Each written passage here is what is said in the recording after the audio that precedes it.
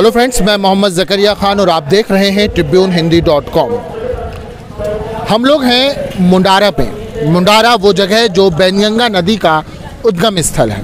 हर साल यहाँ पे आदिवासी समाज अपने सतरंगी झंडे का झंडा दिवस मनाता है।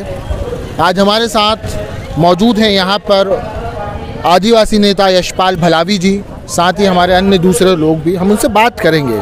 भलावी जी, पहले तो मेरे आपसे जानना चाहूँगा, एक समय था जब आप विधानसभा के बड़े प्रबल दावेदार माने जाते थे, तैयारियां किया करते थे। उस समय और आज के समय में आदिवासी समाज में एक पॉलिटिकल समझ जो है, राजनीतिक समझ में एक बड़ा फ़र्क आया है। तब से और अब में क्या फ़र्क आप देखते हैं? पहले क्या था कि आदिवासी समाज उतना जागरूक नहीं था। आज समय के साथ साथ आदिवासी समाज में एक जागरूक की भावना आई हुई है और खासकर आदिवासी समाज यहाँ पर संख्या अधिक है, तो उसमें एकता की भावना भी प्रबल हो रही है कि सब समाज हम क्यों ना एक मिलकर रहें और अपने एक समाज का प्रतिनिधित्व तैयार करें। तो यह अधिकांश समाज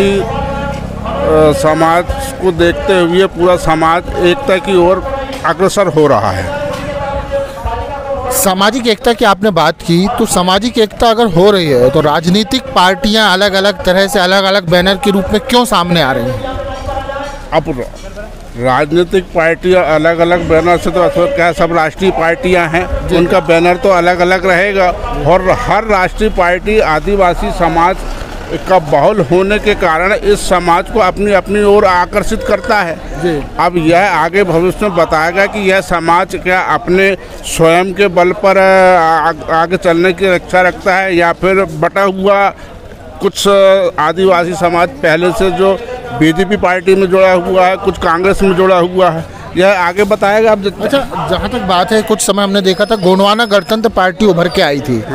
फिर अब हम देख रहे हैं कि बीच में कि मनमोहन शाह भट्टी जी का एक अलग फिर उसमें गुट बना। अभी हमने देखे कि राष्ट्रीय गोंडवाना पार्टी नाम से एक पार्टी फिर वजूद में आई। तो इस तरह से गोंडवाना आंदोलन के भी हम देख रहे हैं कि कई टुकड़े हो चुके हैं। तो क्या ऐसे में आपको लगता है कि ऐसा बिखरे हुए उसमें कोई सामाजिक क्रांति हो सकती है? नहीं, जैसा आप कह रहे हैं कि मनमोहन शाह भट्टी अलग हो गए, एक क्रांतिकारी समाजवादी पार्टी बनाए और जो समाज में एक राष्ट्रीय गोंडवाना गणतंत्र पार्टी है, कुछ आदिवासी बीजेपी में है, कुछ कांग्रेस में। यदि यह आदिवासी समाज बटा हुआ होगा तो यह राष्ट्रीय नेतृत्व की जो भावना रख रहा है आदिवासी समाज, ये संभव नहीं हो पाएगा जब तक, चूँकि ये एकता की भावना ना रखें। जब तक यह एक नहीं होंगे तब तक ये आगे अपना नेतृत्व नहीं कर सकते। मध्य प्रदेश में इस साल विधानसभा चुनाव होने हैं। मध्य प्रदेश की लगभग 48 सीटें हैं जो रिजर्व हैं आदिवासियों के लिए और दलितों के लिए। वहीं लगभग 100 से ऊपर सीटें हैं जो सीधे आदिवासी अपने असर डाल के सरकार बना सकते हैं। तो ऐसे समय में आपको लगता है कि जो अभी माहौल चल रहा है उसमें आदिवासी समाज अपनी वोट की ताकत को समझकर कोई किसी तरह की क्रांति कर सकता है? आपने सही कहा है, क्रांति हो सकती है। जब क्रांति तब होगी कि पूरा बिखरा हुआ समाज एक हो, तब ही इसकी क्रांति होगी और यह सफल होंगे। अभी जब बटा हुआ है दोनों तीनों पार्टियों में और इसमें है, तो यह संभव नहीं होगा आगे चल के।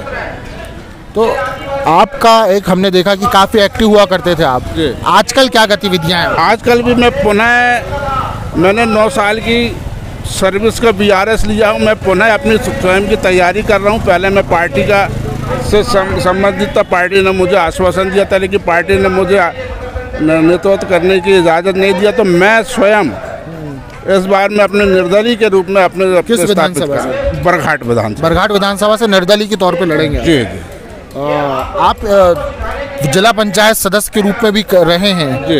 अभी फिलहाल मतलब आपका पूरी जो तैयारी है विधानसभा की है? जी, यह मेरी पूरी तैयारी बरघाट विधानसभा की है, क्योंकि मैं सिर्फ समाज से ही नहीं, मेरे साथ में सभी वर्ग के लोग मेरे परिचित गवर्नमेंट सर्वेंट है, OBC है, सब तमाम जो निचला जो अपना मतलब जो कहना चाहिए निम्न वर्ग के है, वो लोग हम लोगों के साथ में हैं। बहुत बहुत धन्यवाद, आपने हमसे बात की। थैंक यू, आपका भी बहुत हम आभारी, हमको इस योग को समझा आप बात करने के लिए, उसके लिए धन्यवाद। यूट्यूब पर जाएं और टाइप करें TRIBUNEHINDI.com और फिर tribunehindi.com चैनल को सब्सक्राइब करें, साथ ही बेल आइकॉन भी जरूर दबाएं।